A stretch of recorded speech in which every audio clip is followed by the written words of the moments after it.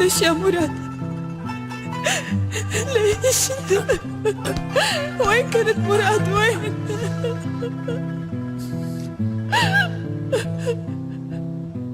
كنت عايش بشبه مقبرة،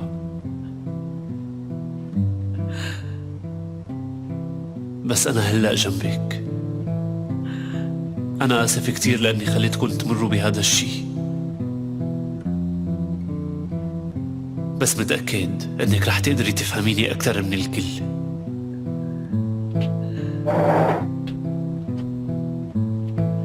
بتتذكري وقت اللي ودعنا بعضنا من زمان؟ وقت اللي كنتي أول حدا بحكي له عن الموت اللي رح رحله باختياري. كنت طالب منك تسامحيني، بس هاي المرة ما كانت خطتي. طيب وين كنت كل هالوقت مراد؟ قلي ليش لهلا؟ الحقيقة يا ليلى كنت أخذ قراري من زمان، بس ما كنت عارفان كيف بدي أشرح لك شو يلي صار. لهيك كنت ناطر الوقت المناسب. بس الوقت هلأ ما هو مناسب.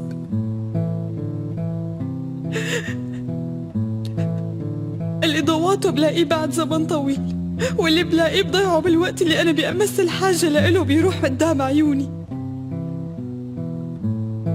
قبل شوي خسرت أختي ولقيتك إلك، بس هالشي ما بيعني إني ما رح أخسرك مرة تانية.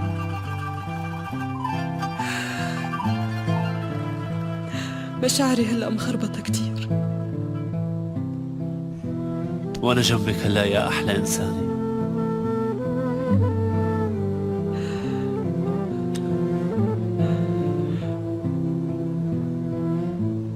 كتير زعلت من شان أختك. إسراء ماتت بسببي أنا. تعرف إنه مارغريت اللي قتلتها؟ بوعدك بإني رح لاقيها، رح جيب مارغريت ورح تنال جزاءها. لا، أنت ما تتدخل بهي الشغلة. أنا اللي رح أعاقبها بنفسي. ماشي حبيبتي، بلا ما نحكي هلأ بالموضوع. معلم، في موضوع غاية في الضرورة. طيب حسني أنا جاي. حبيبتي انت ارتاحي هلأ شوي، يلا كل شي رح يتصلح، لا تقلقي.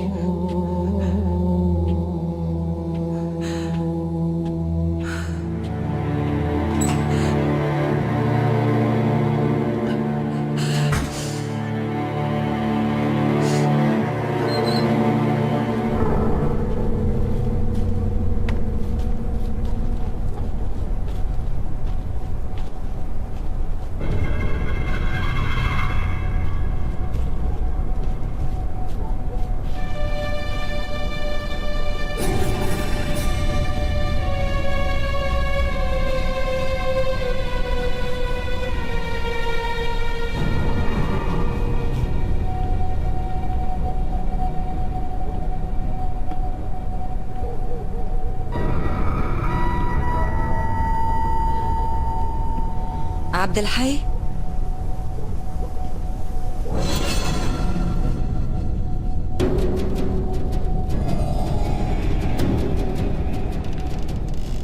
عبد الحي،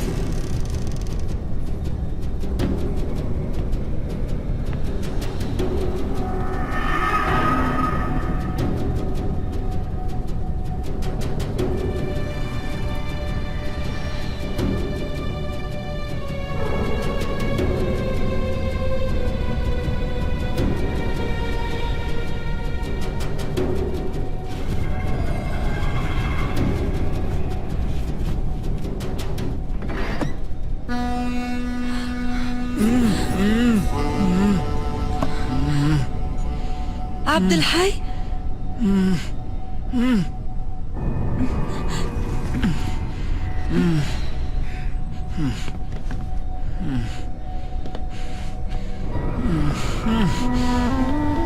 عبد الحي.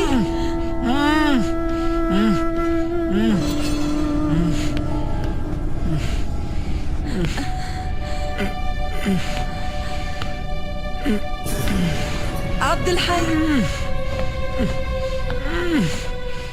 طيب روق، يلا روق. استنى.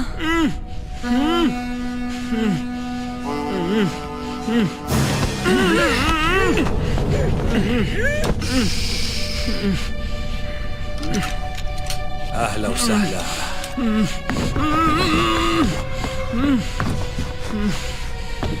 أيوة، لكان اسمك عبد الحي.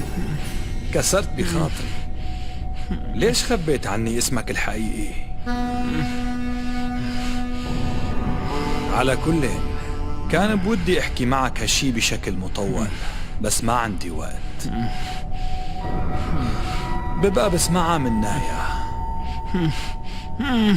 لا تخاف، رح دير بالي منيح على نايا.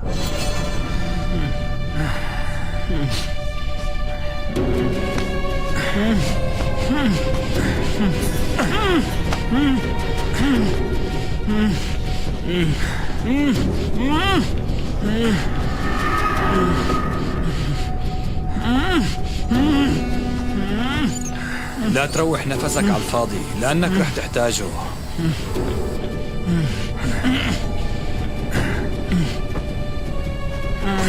يلا.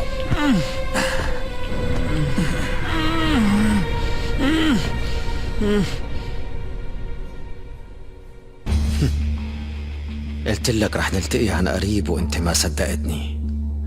بالتزار، روح هلا، واذا بدك تعال عندي بيوم الزيارة. نهاد،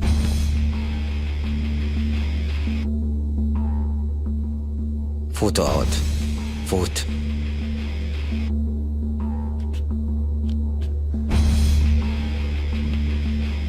ما اجيت لهون مشان اعمل خناقة معك.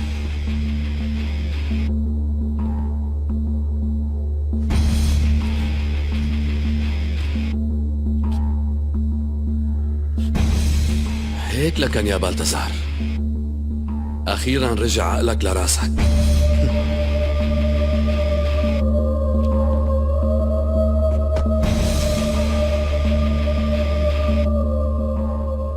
اجى الوقت لحتى ننهي هذا الصراع اللي عم يضيع وقتي ووقتك. ماني حابب تتأهرم وتنتهي هون. حرام لواحد قبضاي مثلك انت شاب ذكي وبتفهمها الطاير. هات زبدة الكلام، خلصني وقول يلي بدك تقوله. الملخص رح اقول لك اياه. تعال خلينا نحط ايدينا بايدين بعض. انت تربح من هالشي وانا بربح كمان.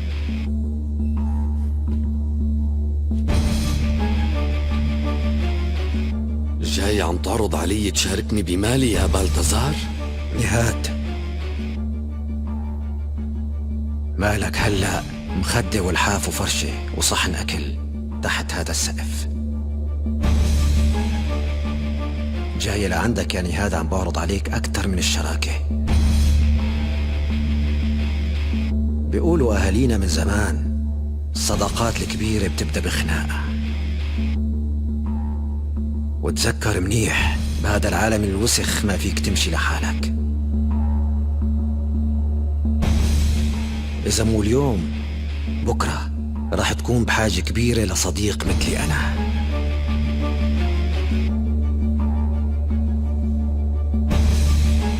يا سجان، على كل مانك مضطر تقرر فورا. فكر منيح بعرضي.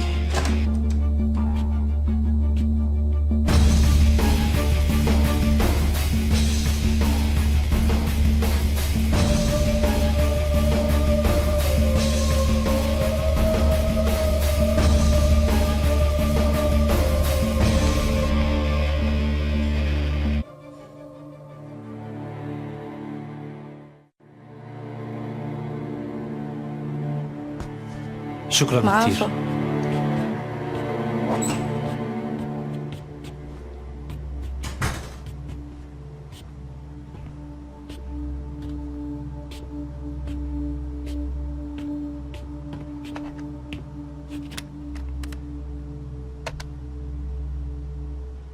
كيف بتفلتوا لك كين من ايدكم يا عاكف؟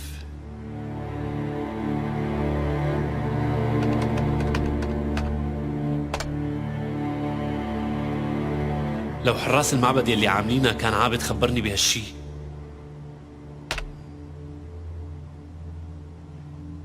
مين ممكن يكون عاملها؟ الاعتداء يلي صار على الوفد الروسي صار من قبل راسكون والفريق تبعه، وأنا هذا المشتبه فيه.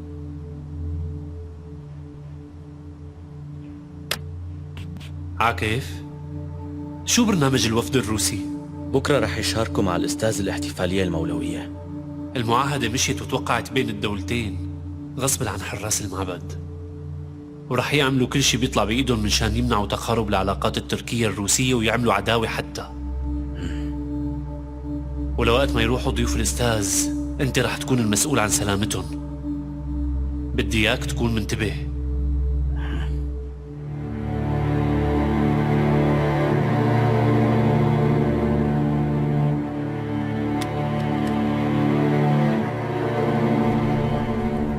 بس ننتهي من تأسيس الجمعية اللي هي آخر عمل لإلنا بتركيا، أنا رح أرجع على أمريكا، وأنت بدك تروح على القرم لمهمتك الجديدة. بعتقد يا أستاذ مهمتي هون لسه ما اكتملت. الأتراك كان عندهم علم من قبل بالعملية اللي كنا رح ننفذها ضد البنك المركزي. قبل ما لاقي اللي خبرهم بالعملية وقبل ما حاسبهم على اللي عملوه معي وكيف خربوا علي العملية، لا تتوقعني اترك. كل ما عم بتضل هون كل ما عم بتصير تشبه الأتراك أكتر يا محقق كين. نحن لازم نمشي وراء أخوتنا وغاياتنا المقدسة، وما لازم نمشي وراء أحلامنا وغاياتنا الشخصية. ما فيني روح من هون من دون ما اخذ تمن اللي عملوا فيني عاكف وكارا والعملية اللي فشلت. هالشي مو مشاني انا، مشان هيبة حراس المعبد. مو معقول صعاليك مثل هدول يغلبونا. الوضع المستعجل اللي بأوكرانيا أكيد بتعرفوا يا كين. ما لازم تأخر الحملة اللي لازم تنعمل ضد روسيا.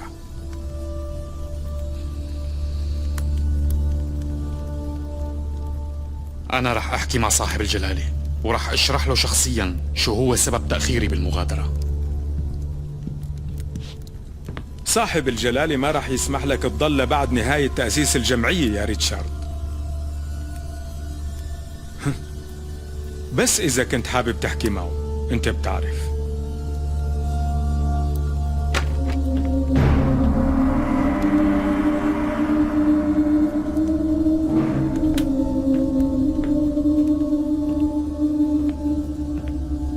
تعال عهد، تفضل عود.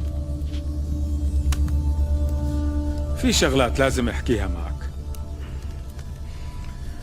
وأنا في شغلات جاي مشان اسألك عنها. تركيا اعتبارا من هلا حتبلش فيها مرحلة جديدة. المحقق ريتشارد رح يترك مكانه لواحد تاني؟ الموضوع مو متعلق بريتشارد وبس، متعلق فينا كلنا. بعد فترة قصيرة نحن رح نتركها لتركيا. ممكن أعرف شو هو السبب؟ صاحب الجلالة أمرنا ورح ننفذ. طيب استاذي، ومشان أشغالنا يلي هون؟ فعالياتنا يلي هون بالشكل الطبيعي رح تضل مكملة لحتى تحقق غاياتها، بس نحن ما رح نكون هون بالبلد. بفهم من هالحكي إني رح روح معكم على أمريكا؟ أنا رح أرجع لعنده بالتأكيد، بس وضعك لهي اللحظة مو معروف.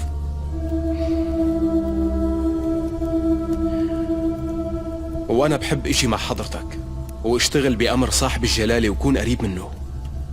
بتوقع هالشي، هذا حلم كل عضو منا يا عابد، بس هالشي ممكن يتحقق لأقلية من نخبة الجماعة. هلا بكفي تعرف هالقد وبس. وهلا قلت لي في شي حابب تسألني إياه. حابب أعرف مين يلي عمل عملية إنقاذ كين من إيد الكي جي تي، وأنا ليش ما كنت بهي العملية؟ حابب أعرف. راسكون حب يصلح الغلط اللي ارتكبه ويعوض عنه.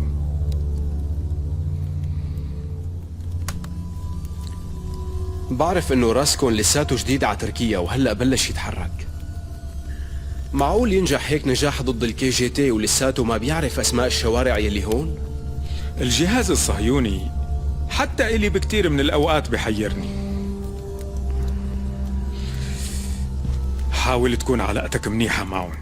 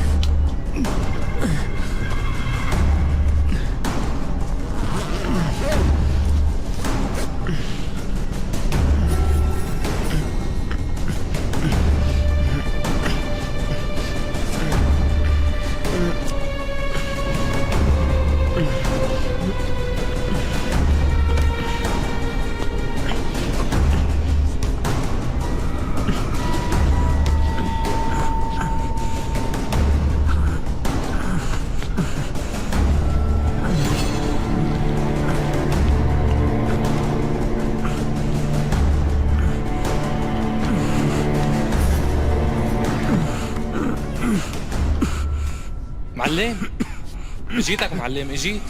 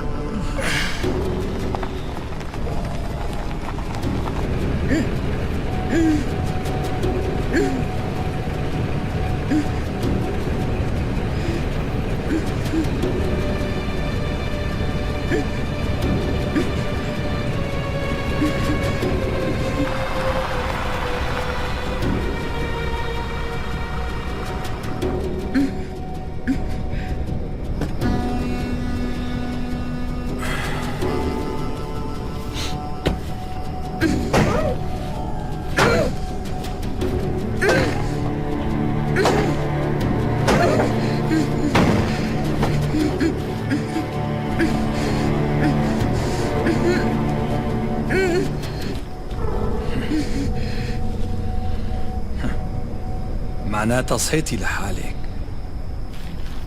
بعرف حبيتي تغيري جو العرباية، بس استراحة التواليت لسه مطولة.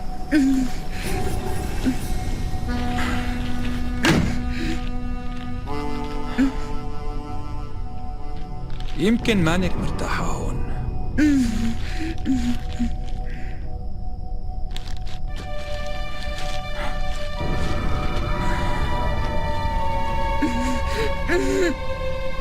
بعرف هلا انت معصبة، بس مع الوقت رح نتعود على بعضنا. ايه صدقيني، إذا مانك مرتاحة هون تعي لعندي.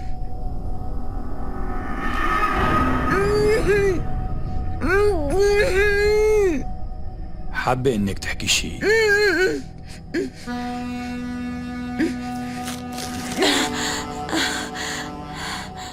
بترجاك لا تعمل له شي لعبد الحي. تأخر كتير الوقت مشانه، لك هو ما بيستهلك. بعدين كيف بدنا نكون مع بعض وهو عايش؟ يا مهموس يا حقير، اتركني يا حقير.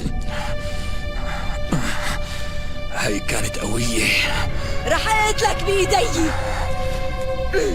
يبدو انه ما بدك تقعدي حالك. اتركني. ها؟ لا تعبي حالك، من هلا ما في غيري موجود معك، فهمتي؟ ما في غيري موجود معك.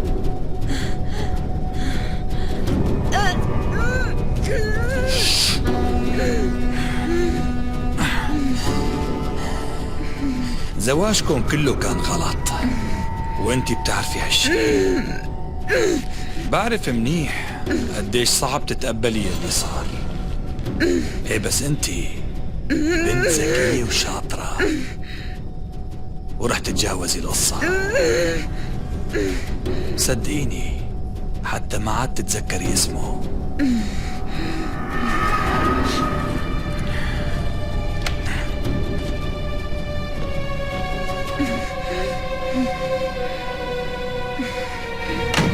رايحين عن طريق البحيرة باتجاه الغرب.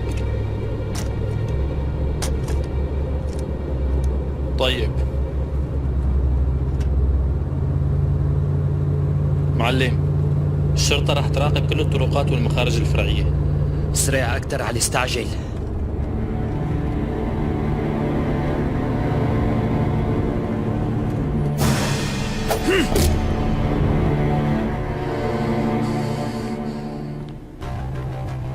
الدبلوماسي الروسي خلص شغله وبلش بالسياحة الثقافية يا راسكون.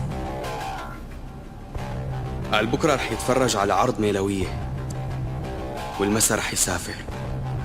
راسكون ما سمح، ما رح يسافر.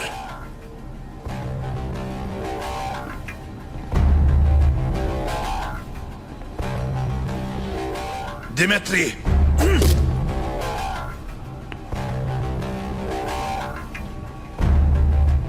اتصل فورا بجهازنا اللي بتل أبيب، خليهم يعزموا واحد منا لهي الاحتفالية.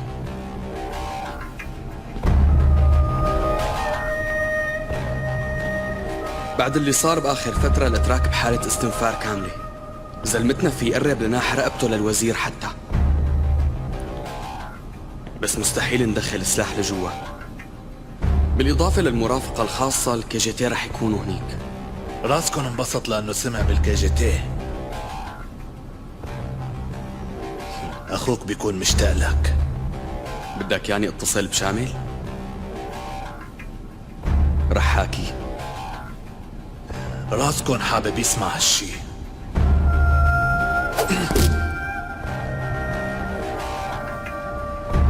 بس مو حابب يسمع باسمه لهداك. انتو دخلوا زلمتكن لجوا، واخي رح يدخل السلاح لجوا.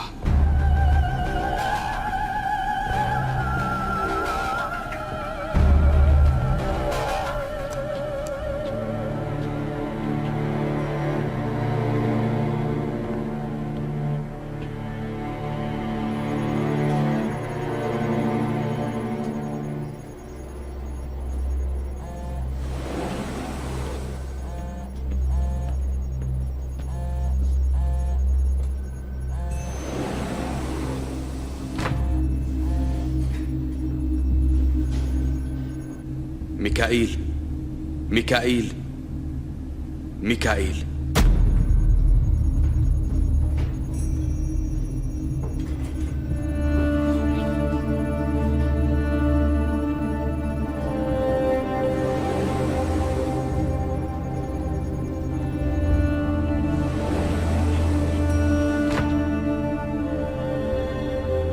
نعم يا أخي أمور.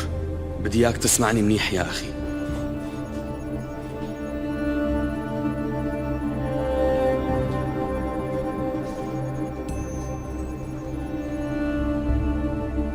طيب ماشي يا أخي.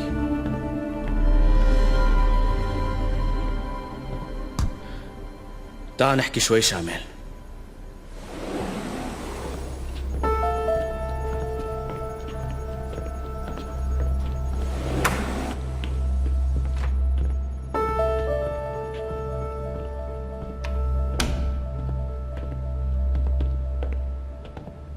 تفضل عود.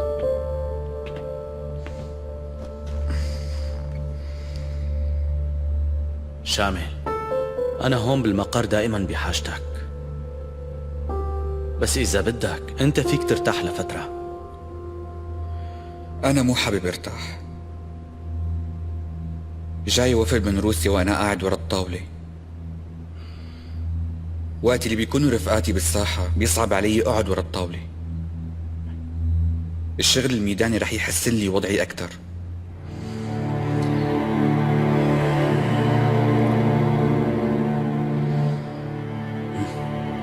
طيب، أصبح بالمهمة تبع بكرة رح تكون معي.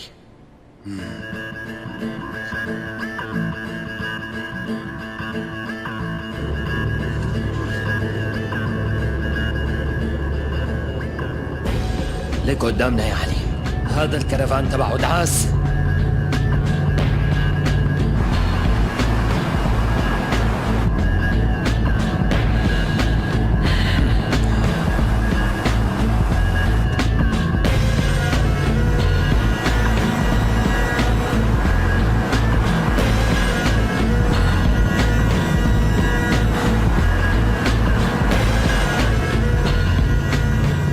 نايا مو مبينه.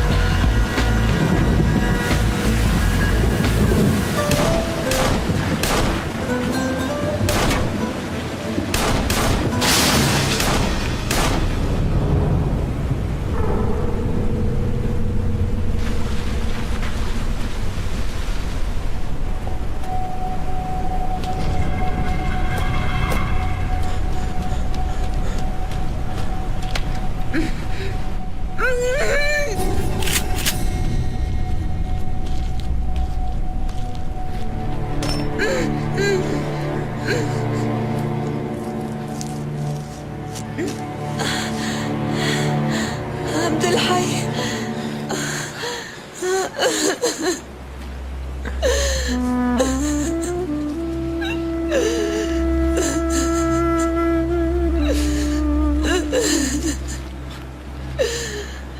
خلص نايا، روقي حبيبتي، أنا هون.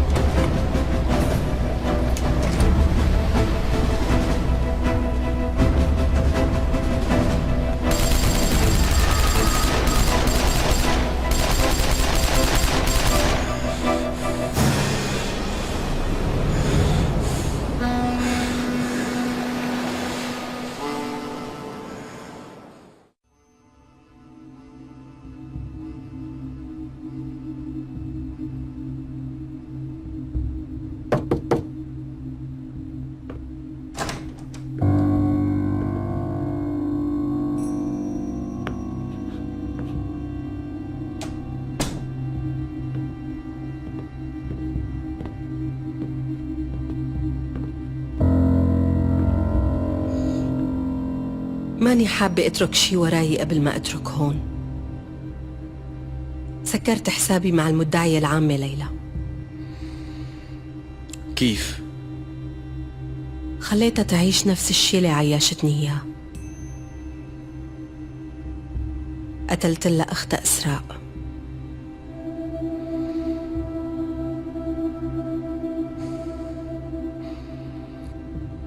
أنا كتير عم اتضايق من الشغلات يلي عم تنعمل من ورا ظهري بهي الفترة، بس فرحت لك لأنك حققتي يلي ببالك. وهلأ ما صفي إلا شغلة وحدة، بدي رهف.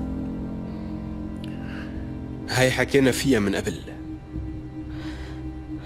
اثنيناتنا منعرف إنه الأستاذ عاطي قرار واضح بهالشي، وأنا قراري كمان واضح كتير إني آخد رهف. ما حدا فيه يغير هالقرار.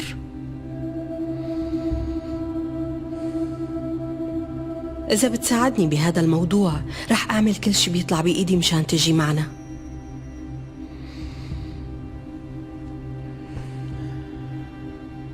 أنا بحاجة وقت لفكر بهذا الشي. على الأقل هي الشغلة لا تعمليها من دون علمي. ما عاد عندي وقت كتير. إن ساعدتني بهالشغلة يا عابد أو ما ساعدتني، ما رح روح من هون إلا ورهف معي. راح ساعدك مشان هالشي، بس كمان بدي شي منك.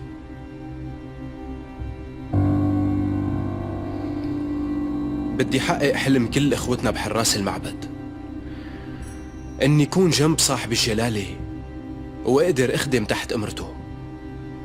على القليلة حابب انحني قدامه ولو مرة.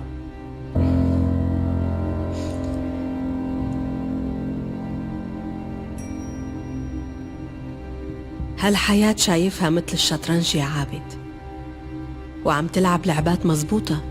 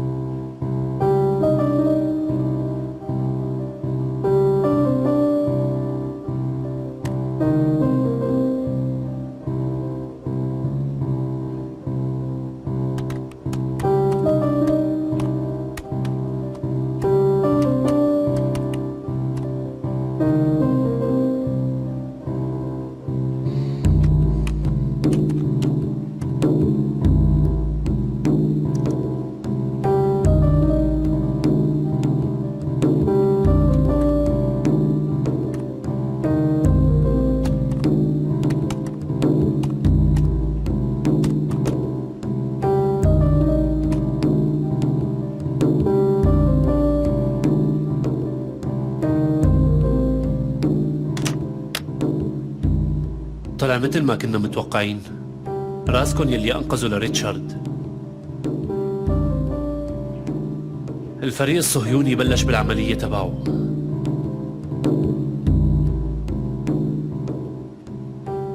طلعوا لنهاد من الحبس، ضل هنيك بما فيه الكفاية.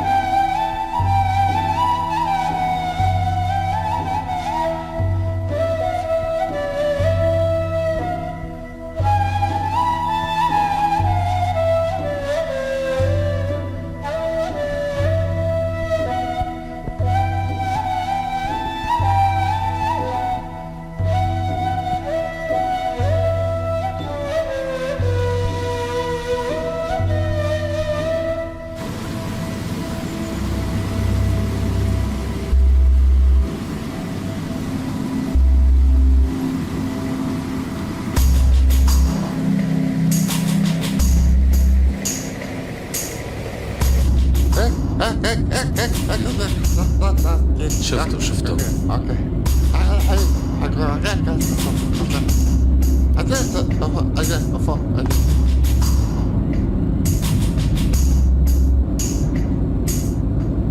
بس نرجع رح نشتري لك هدف يا اسماعيل.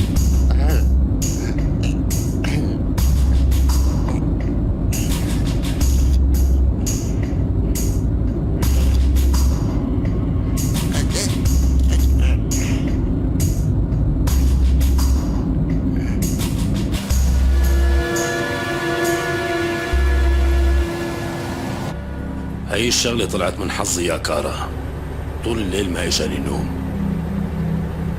منظر هديك المرة كل الليل ما عم بيروح من بالي بنوب. فكرت كتير بالقصة واتخذت قرار انه اخذ الولد يلي امنتني فيه وهي عم تلفظ انفاسها الاخيرة، وان شاء الله رح ربيه مثل اولادي كمان.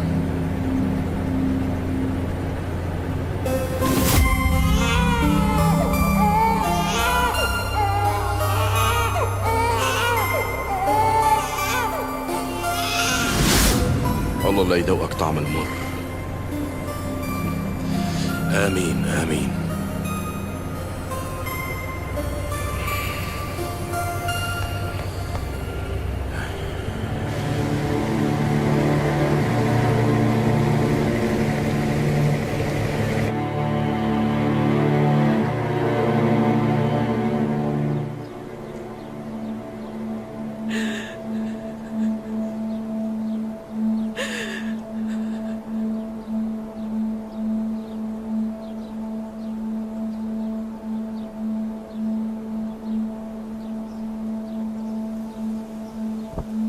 صدق الله العظيم. الفاتحة.